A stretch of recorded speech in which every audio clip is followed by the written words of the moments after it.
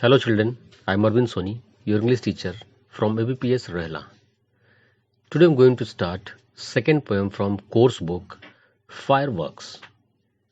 Poet James Reeves. Fireworks, it's a very interesting poem because every child likes crackers.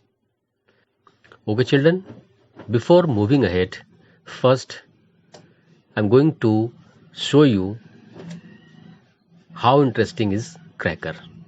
Just watch this video.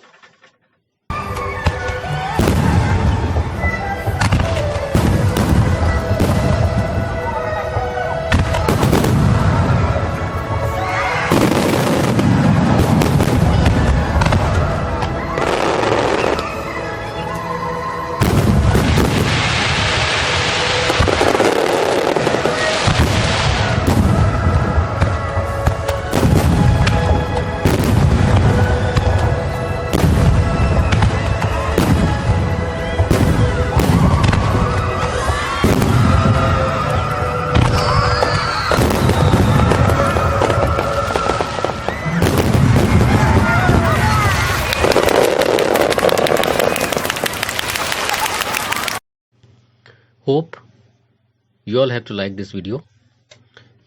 Now continue the poem. First, I am going to read this poem. You all have to listen carefully. Fireworks. They rise like sudden fairy flowers that burst upon the night, then fall to earth in burning showers of crimson, blue, and white. Like birds too wonderful to name, each miracle unfolds, and Catherine wheels begin to flame like willing marigolds.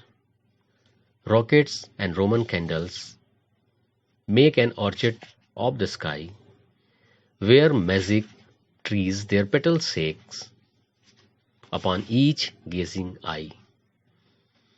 Poet James Reeves. Okay children, now I'm going to explain this poem.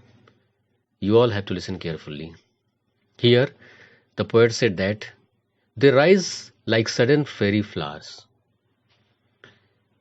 Sudden fairy flowers, जैसे आप crackers को जब burn करते हैं तो अचानक उनमें से जैसे लगता है छोटे छोटे फ्लावर्स जो है वो खिल गए हैं. That burst upon the night. Basically जब हम क्रैकर्स को जब बर्न करते हैं या उनको पटाखों को फोड़ते हैं तो रात में ही उसकी खूबसूरती हमें ज़्यादा दिखाई देती है. Here the poet said that they rise like sudden fiery flower. अचानक जैसे लगता है कि फेरी फ्लावर्स खिल गया हो. That burst upon the night then fall to earth in burning showers.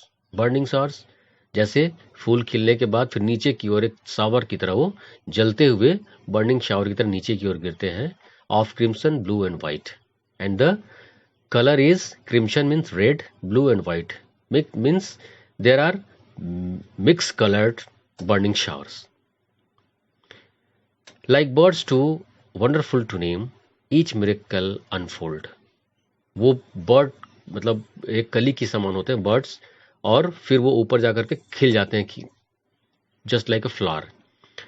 Each miracle unfold. और हर एक जो भी पटाखे हम फोड़ते हैं या देखते हैं तो हर एक उसमें कई छोटे छोटे बर्ड्स की तरह बाहर निकलते हैं और वो अनफोल्ड होता है यानी ऊपर जाकर के वो खुल जाता है जस्ट लाइक अ फ्लावर.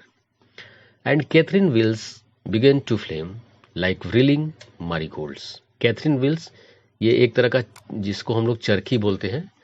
जब उसे हम जलाते हैं तो जस्ट लाइक अ मैरीगोल्ड जो गेंदे का फूल होता है उसकी तरह हमें दिखाई देता है. रिलिंग मीन्स होता है बहुत तेज घूमना.